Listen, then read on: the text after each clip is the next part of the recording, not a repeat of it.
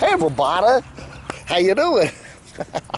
It's Dave, and I'm doing a little hike today. It's the 30th of December, 2015. I wasn't planning to do any talking on this hike, at least to the camera, but I suddenly realized that I left in my pocket a camera. Was still in my pocket from yesterday, so I thought, okay, might as well do a little shoot out at Dave TV for you here.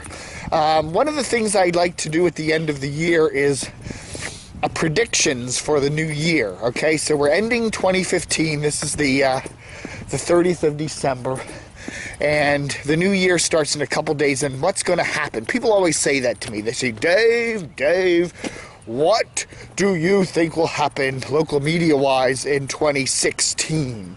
So, pardon me, I'm just coming off the tail end of a cold I caught from my grandniece Amelia at Christmas, so I'm doing okay. It just sounds worse than it is. But anyway, so what am I looking for in 2016? Now, I want to preface with a warning that these are not predictions, okay? They're more ruminations, okay? So don't sit down and write these all down and say at the end of the year, well, Dave, you predicted. I'm not that dumb, okay? A lot of things I think I would like to see aren't going to happen because radio people generally are not as smart as I am. So anyway, so here's some of the things. We're going to look by cluster. We're going to do it cluster F by cluster F, okay? So let's take a look at iHeart. iHeart here in Washington, you know, they got 5 stations. They got Big, they got MZQ, they got Hot 99.5, they got DC 101, and what's the other one? Oh yeah, Wash. Okay, I don't see any. I'll be honest with you. Like I see, the radio business is very conservative these days. We haven't had any huge format flips in the Washington area in a long time. You know, the biggest story of 2015 was WNEW getting the plug pulled on that. But even still, they're still airing talking news on there. Just Bloomberg instead of CBS. So with iHeart, it's a conservative company. Their stations are humming along quite fine, thank you. I really don't see any significant changes for iHeart's 5 stations here in Washington. I really don't. You might see some tweaking at DC 101. DC 101's ratings have not been the greatest the last half of 2015. The rocker there, alt rocker. I don't know exactly what. I don't see a format flip for them or anything, but I do see some tweaking going on there. So watch for some personality changes. Could Elliot be finally ready to hang it up? Wouldn't surprise me. I don't know what his contract situation is, but it wouldn't surprise me if, they get somebody younger for that station in the mornings. But other than that, I don't see any of those Clear Channel stations actively doing anything different. They're all doing very well. They're going to have that new 104.7 signal, the low-power signal they're negotiating there for, Montgomery County. So what are they going to do with that? I don't know. That'll be interesting to see. So that'll kind of be another signal for them, for the cluster. What would they do with that? I don't know. I would put an oldies format on it or something like that, or maybe a AAA adult alternative on there, because those are formats that are kind of missing from the Washington market, or maybe a soul oldies or something. I don't know. But there's some interesting things they could do with that. But, again, that's going to be a marginal impact because it's a relatively low-powered station. But, it could be a cool new format for something for iHeart in 2015, or 2016, excuse me. What about CBS Radio? Okay, we just had the big news that WNEW as a local news outlet is no longer around. So, that's going to be farmed out to Bloomberg. So I don't see any big changes with that other than the fact that it might actually get sold to Bloomberg. It seems funny that CBS would want to continue owning that signal, even though, it's, they're not really controlling it anymore. I don't see any significant changes. PGC is starting to do better. Joe Clare there in the mornings, they're doing a lot better. Fresh 94.7 is doing well. I don't see any significant changes with JFK, 106.7 The Fan, Sports Talk. You know, they all seem to be humming along just fine. JFK's ratings could be better, but the revenue, I hear, is doing fine. So, you know, the one station I do maybe see something going on with is El Zal. That's kind of the weak player. But as I've said, I don't think there's anything wrong with El Zal, you know, being the top Spanish station in the market. But I do think their signal, they need to find a better signal for that. 107.9, based out of Annapolis, just doesn't cover the core of their listening audience, which I think is probably more like Northern Virginia. So, you know, maybe CBS could find a way to improve that. Now, what I would possibly see, I'm not making this as a prediction, but Cumulus is, you know, kind of teetering on bankruptcy. Wouldn't be surprised to see maybe Cumulus and CBS do some sort of a deal in the Washington market for 2016, whereby those Cumulus stations would come over to CBS. And that would be a big thing, because then the two big signals for Cumulus are 107.3, Mix 107.3, and then CBS could probably take that struggling station under Jack Diamond there, which I don't think is going to do very well in 2016. And they could put that for El Zal. That would give El Zal an inside the Beltway signal. And then CBS could work on having 3 of their stations at least as more or less regular players in the top 10, with PGC, with Fresh, and now El Zal with a better signal. You know, I think that would be a logical thing. And then they could take 105.9, keep MAL just as it is, and, you know, they lost WNEW. Now they found a news talker in WMAL. Bring that over, because CBS does run a lot of news talkers. They run PHT in Philly, they run WBAL-AM in Boston. So, you know, they could just bring WMAL over and run that as a news talker, and that would be a better signal. That could be the weird little plan there with get rid. CBS is saying, let's get rid of 99.1, let's get rid of 107.9, we'll get Cumulus, we'll bring over 107.3, we'll flip that over to El Zal, and we'll then take 105.9 and we'll bring that over just as it is, and we'll have a news talk presence again in Washington, even though we got rid of WNEW. But you know what? That makes too much sense. It's one of those plans that goes through the brain of DCR TV Dave that just makes too much sense to happen. You know, the radio business doesn't work like that. It probably won't happen, but it's one plan that probably should. So we'll see. So that takes care of Cumulus. Cumulus is off the charts there now. Pardon me if, you know, I've been sneezing a lot with this cold, so if there's some mucus hanging on my beard somewhere and I don't see it, you know, just blot it out or something. Maybe I'll pixelate it, but I can't tell. I don't have a viewfinder on this little action cam, so I can't tell what I look like. Anyway, what do we got? Okay, we got Radio 1. Radio 1, you know, they're building up Magic 102.3, which has seen a slump, okay? But they're building it up now. They've got Donnie Simpson doing afternoons. They're soon going to have Russ Parr doing mornings, so that's 2 good bookends for that station. The big problem for 102.3 is the signal strength. Okay, it's what they call a regional signal. It's like 6,000 watts. You know, it's the old HFS.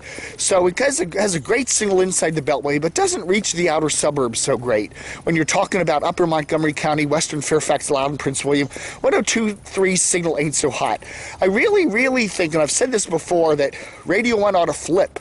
They ought to flip 102.3 with 93.9. Put WMMJ on 93.9, which is a real good 50,000 watt signal.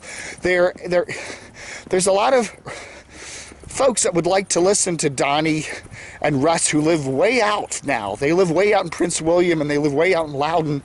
And I really think that would be a lot. They should really put their focus on building up Magic on a better signal. And then take KISS and make it more of that inner city urban feel with that new morning show from Baltimore, and, you know, put that on 102.3. I think that would be a better way to mix their signals around and do something with that. So I don't know, that's what I would see for Radio 1 in the upcoming year. Radio-wise, Praise, their ratings have sunk a bit. I don't know. I'm not quite sure what I would do with Praise other than just keep it the way it is. It's again signal issues, and that's a signal out of Waldorf, Maryland, so it doesn't get great coverage into Montgomery and Fairfax. So I don't know, but I would definitely flip 102.3 939, and then I would really focus on building the new 939 Magic 939 with Donnie and Russ. It's funny, they take Russ off of 939, put him on 102.3, and then he's back on 939. I don't know. In a weird way, I do think that would probably be the best thing to do. Will it happen? No. I don't think they're going to do that, but I think it would be a good idea. And then, of course, you have Red Zebra, Dan Snyder's little station there, ESPN 980 and Sports 570. They just had a big shakeup in late 2015. They got rid of Rick Carmian. They're kind of cutting the personnel back. They're kind of integrating the stations operation more with the management of the Redskins, and that makes sense, perfect sense. But again, Dan Snyder has not been able, he thinks he got a lot of money, but the one thing he's been unable to do is to get a really good FM signal for that station. It's on an AM-er and 2 FM rim shots, and he just hasn't been able to land the signal deal like 105.1 to make that station a huge success. And, the competition with CBS's 106.7, The Fan, doesn't help either. I would say, it's a possibility in 2016 that he sells that station to somebody else. I would say the people that would be most likely to buy it would be Hubbard. Hubbard is WTOP, and that's pretty much all they got. Yeah, they do have Federal News Radio, and they do have a little Mexican station that they lease out on 1050 AM. But, Hubbard needs more signals. They need more stations in this market. It's a shame because they got this giant WTOP pumping away there with all this revenue, with all these ratings, and they don't really have any other stations in the cluster to really cross-promote or synergize with, and they need more signals. And so I think, what Oxley and company over there at Hubbard in Washington should do is just make an offer to Dan Snyder and buy him out and get those signals. And the signals aren't so much important as what is the intellectual property rights of having that major new sports talker ESPN 980 come under Hubbard's ownership. Then they can figure around with their signals a bit. They've got 1500. They could put ESPN 980 on that, or they can use 980, or they can work some sort of a deal out to kind of improve the coverage on that. But as I said in a previous Dave TV, I really think that what Hubbard needs to do is get more, they need to have, they already have the best Washington, they have one of the greatest radio newsrooms in the whole country. They have gotten rid of WNEW's competition. They need to use that newsroom to feed some other stations. They already pretty much have a sports department, so they should be having a sports talker they can feed, and they could even have a news talker they could feed. They've got the 1500 signal, they got the 980 signal. Granted, they're AMers, but they are at least fairly powerful signals. They would, if they bought Dan Snyder out, they would have the 94.3 and the 92.7 signals, so they could work something out and hype it on the web and all that, but at least get that sports talker into their camp and synergize it with TOP's all news outlet. And then the biggie would be they'd have the Redskins. Can you imagine WTOP, the top revenue station in the market, with the Redskins? I mean, they'd be the tippy-top station in the market. Granted, it would be some risks for Hubbard and all that, and I from what I've heard, Hubbard has a lot of debt. They're based in Minneapolis, St. Paul. They may not want to be spending some money for this and expanding, but hey, that would make more sense than anything else, right? Wild card, the other wild card crazy thing, I don't think it'll happen, but again, it's another wild card to look, is what about CBS Radio in Washington buying WTOP? Just saying to Hubbard, look, Hubbard, we've got some stations out west, we'll swap you, and you give us WTOP in your cluster here, and then we'll just take WTOP and we'll bring it into CBS, and that's that. Could it happen? I don't think it'll happen, just the way the radio biz is. I just don't think it. I don't think Hubbard is gonna be probably wanting to sell that station. But hey, it's basically a lone station here in the East, and they're basically in the Midwest and West, and they may just say, okay, maybe it's time to do that. Maybe this is the whole thing with that CBS is saying, why are we getting rid of WNEW? Well, because maybe we're doing some talks with Hubbard to buy TOP. I don't know. Will it happen? I kind of would doubt it. I would say the odds are slim that would happen, but the odds aren't negative that that'll happen. I think if CBS and Hubbard could work out some sort of a swap deal, like CBS and Beasley did with the Philadelphia-Tampa clusters last year in the 2015, then I think that might happen. It's a slim possibility, but it's still there on my radar. So I'm not ruling that out completely. So that's some of the ideas for radio in 2016 that I'm seeing for the DC market. I don't want to leave Baltimore out either, but I don't see a lot of changes coming to Baltimore. The one major one would be the Hearst thing and getting an FMer for BAL-AM. I really think that's what they need to do. You know, they could make a deal with CBS to get 107.9. And if that whole deal with Cumulus that I mentioned were to happen and Elzal goes to 107.3, then they would have this 107.9 signal in Annapolis that does cover the Baltimore market really well.